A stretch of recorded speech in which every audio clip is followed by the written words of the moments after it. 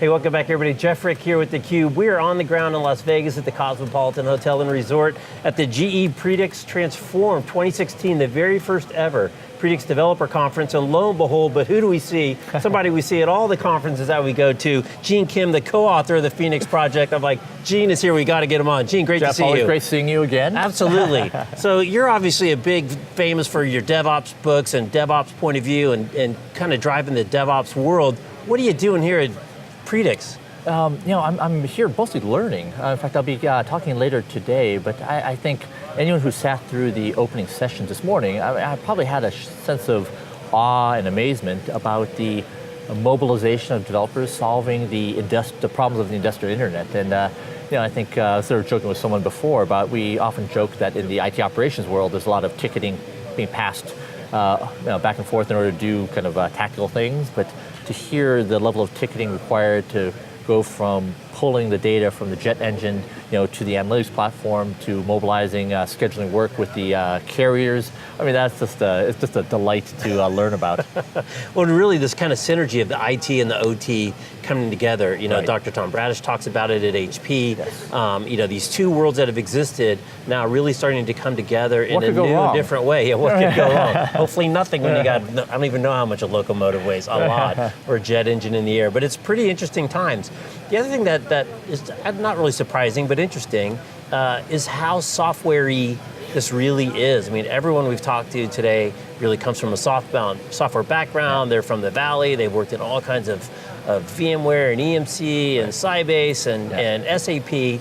So they've really done a good job of bringing a true kind of software ethos into this group.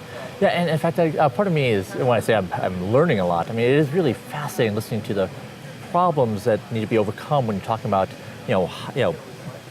business processes that involve high heat, high pressure, corrosive chemicals, things that can crush, entire limbs, things with an operating life of decades. So, I think it's just amazing to see that so many of these tools and techniques that we've developed in the software space, in the classic software space, is now being used, in the most capital-intensive part of the business, which is really the industrial things like oil refineries and airplane engines and so forth. It's just it's a delight to see. Right, but they're still kind of taking a DevOps approach and trying, start small, don't go big, find an easy win, get it in, get it quick and easy win, and then expand. So it's not like, I'm sure, the unbelievable process to actually design and build and deliver a brand new jet engine for a new plane. Very different ball game. In fact, I heard exactly what you heard. I mean, the same sort of principles that we apply in the DevOps space, which really come from the lean community, are now being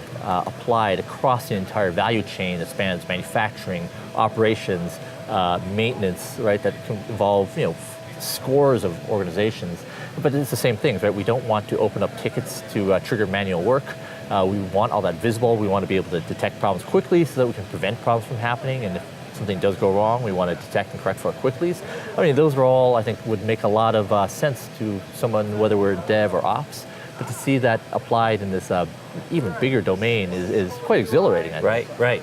And like you see all the time, the competition for developers, everybody wants developers. Every conference we go to has developer tracks. They're desperate for developers. They want to wear t-shirts, not wear ties, and be cool. Yeah.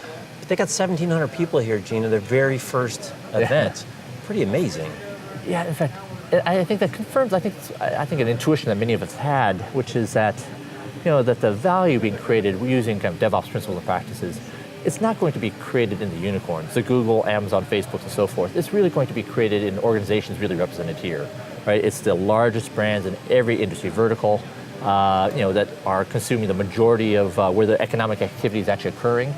There's no doubt in my mind that, the productivity that things like this will create will elevate every dev and ops engineer so that they're going to be as productive as if they were at a Google, Amazon, or Netflix. Right, and so when we do that, we're talking about trillions of dollars of annual economic value. So that's an exciting place to be. So we're short on time. I appreciate you taking time out of your busy day, but I gave us a little secret. Something's coming out So I want you to give a little plug for what people can be looking at Amazon. I assume Amazon. Yeah, people are making fun of me. future. So finally, after almost 6 years of work, the DevOps Handbook is coming out. That book was actually supposed to come out before the Phoenix project in 2013. You don't have to admit to that. Nobody knew that. Oh no, everybody knows, right? So it's finally coming out in October. So I'm so happy that we're now weeks away from the book being out. The DevOps Handbook. That's the one to look for in October.